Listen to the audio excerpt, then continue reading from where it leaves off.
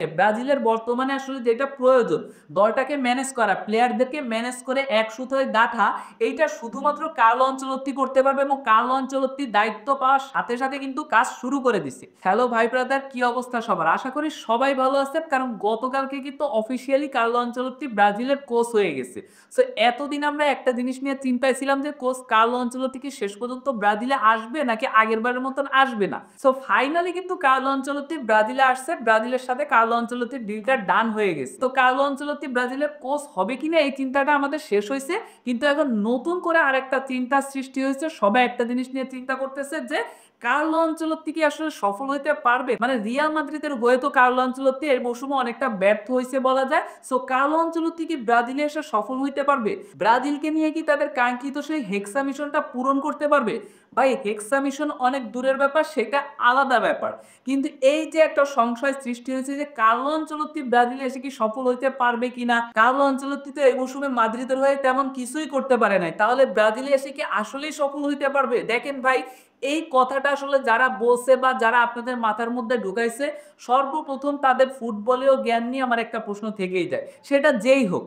যেহেতু আমি 2-3 জনের মুখ থেকেই এরকম একটা কথা শুনছি এবং তারা নিজেদেরকে ব্রাজিলের ফ্যান হিসেবে আসলে প্রকাশ করে বা দাবি করে, কতটুকুতে তারা ব্রাজিলিয়ান ফ্যান সেটা আমি জানি না বা সেটা আমি খতিয়ে দেখতেও যাব না। কিন্তু আসলে তারা যেটা দাবি করছে, কার্লো আনচেলত্তি ব্রাজিলের হয়ে সফল হইতে পারবে না, কারণ কার্লো আনচেলত্তির সময়টা শেষ হয়ে গেছে। কোচিং এ কার্লো আনচেলত্তি দেওয়ার মতন কিছু নাই, কারণ তারা এটা বুঝে গেছে রিয়াল মাদ্রিদের হয়ে কার্লো আনচেলত্তি এই মৌসুমে সফল হইতে পারে নাই। এই কারণ দেখেন, কার্লো আনচেলত্তি যখন এই মৌসুমে রিয়াল মাদ্রিদের হয়ে সফল হইতে পারে নাই, কিছু কিছু জায়গায় কার্লো আনচেলত্তির ভুল ছিল। কিছু কিছু জায়গায় কিন্তু কার্লো আনচেলত্তি কিছু কিছু প্লেয়ারকে ইউটিলাইজ করাইতে পারে নাই বা করায় নাই তার কাছে ক্ষমতা থাকা সত্ত্বেও। সো এই ব্যাপারটা নিয়ে আমি নিজেও কিন্তু কার্লো আনচেলত্তির সমালোচনা করছি। কিন্তু এজ এ ব্রাজিলিয়ান ফ্যান, আর আপনি ব্রাজিলিয়ান ফ্যান বাদ দেন, এজ এ ফুটবল ফ্যান একটা মানুষ যখন বলতে পারে যে কার্লো আনচেলত্তির মতন একজন গ্রেট কোচ, সে তার সময় শেষ হয়ে গেছে, কার্লো আনচেলত্তির এখন আর ফুটবলকে দেওয়ার মতন কিছুই নাই, তখন আসলে কি তার ফুটবলেও জ্ঞান নিয়ে একটুও প্রশ্ন ওঠে না?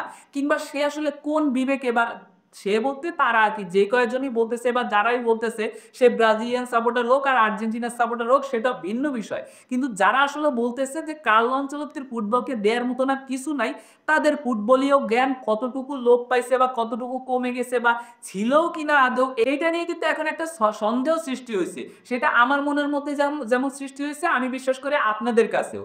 দেখেন ভাই, কার্লো আনচেলত্তি রিয়াল মাদ্রিদের হয়ে এই মৌসুমটায় সফল হইতে পারে না, কিন্তু কেন পারে নাই? শুধুই কি কার্লো আনচেলত্তির ভুল ছিল? এই মৌসুমে কার্লো আনচেলত্তি যেরকম একটা টিম নিয়ে খেলছে, ধরেন ফুলব্যাক তো ছিলই না। কার্লো আনচেলত্তি তো এক কথায় বলতে গেলে মাদ্রিদকে ফুলব্যাক ছাড়াই পুরো সিজনটা কাটা দিছে।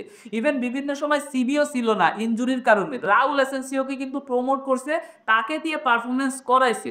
সো এরকম ভাঙাচোরা একটা ডিফেন্স লাইন নিয়ে অবশ্যই কার্লো আনচেলত্তি শেষ পর্যন্ত কিন্তু ফাইট দিছে। কিন্তু ওদিকে যদি আপনি হ্যান্সি ফ্লিকের দিকে তাকান, বার্সেলোনার দিকে তাকান, বার্সেলোনা কিন্তু ভাই একটা ম্যাচে দুইটা ফুলব্যাক ছিল না, ইন্টার মিলানের সাথে বেড়ে ইউসিএল থেকে বাদ পড়ে গেছে। এরপরেও যদি হ্যান্সি ফ্লিককে নিয়ে এত কথা হইতে পারে, হ্যান্সি ফ্লিক এই করছে ওই করছে, তাহলে কেন কার্লো আনচেলত্তি পুরা মৌসুমটায় যেখানে ফুলব্যাক সারা খেলছে, ইভেন ভাঙাচোরা একটা ডিফেন্স নিয়ে খেলছে, সেইখানে কার্লো আনচেলত্তিকে নিয়ে আসলে কোনো হাইপ সৃষ্টি হওয়ার তো দূরের কথা, সেখানে কার্লো আনচেলত্তিকে ছোট করে দেখা হচ্ছে, আমি এইটাই বুঝলাম না। দেখেন, কার্লো আনচেলত্তি এমন একজন কোচ, ব্রাজিলের এই মুহূর্তে ঠিক এরকমই একটা কোচ প্রয়োজন ছিল। ব্রাজিলের জন্য এই মুহূর্তে দেখেন কার্লো আনচেলত্তির বিকল্প অন্য কোনো কোচ নাই। কার্লো আনচেলত্তি যেভাবে ম্যানেজ করতে পারবে দলটাকে, ব্রাজিলের বর্তমানে আসলে যেটা প্রয়োজন দলটাকে ম্যানেজ করা, প্লেয়ারদেরকে ম্যানেজ করে এক সুতায় গাঁথা, এইটা শুধুমাত্র কার্লো আনচেলত্তি করতে পারবে এবং কার্লো আনচেলত্তি দায়িত্ব পাওয়ার সাথে সাথে কিন্তু কাজ শুরু করে দিছে। ফিজিক্যালি সে কিন্তু মাঠে না থাকতে পারলেও তার প্রতিনিধি দল দিয়ে অলরেডি অনেক জায়গায় যোগাযোগ শুরু করে দিছে, ক্যাসেমিরোর সাথে কথা বলছে, নেইমার জুনিয়রকে ফোন করছে।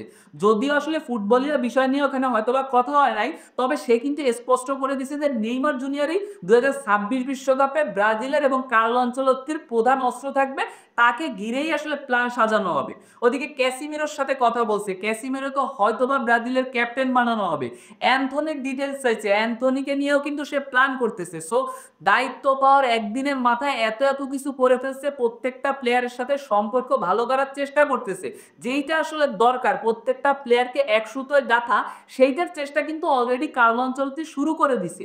কিন্তু এরপরেও আসলে যাদের মাথার মধ্যে ঘুরতেছে যে কার্লো আনচেলত্তি ব্রাজিলের হয়ে সফল হইতে পারবে না, সফল হইতে পারুক আর না পারুক সেটা একমাত্র আল্লাহ তাআলা জানে যে সফল হইতে পারবে কিনা, কিন্তু যে যতটুকু করা প্রয়োজন সেটা একদিনের মাথায় কার্লো আনচেলত্তি দেখায় দিছে যে কার্লো আনচেলত্তি বর্তমানে ব্রাজিলের জন্য একেবারে পারফেক্ট একজন কোচ। তো যাই হোক, অনেক কথা বলে ফেললাম, আজকের ভিডিও এ পর্যন্ত। ভালো লাগলে সবাই লাইক কমেন্ট শেয়ার করবেন। ধন্যবাদ, দেখা হবে অন্য কোনো ভিডিওতে।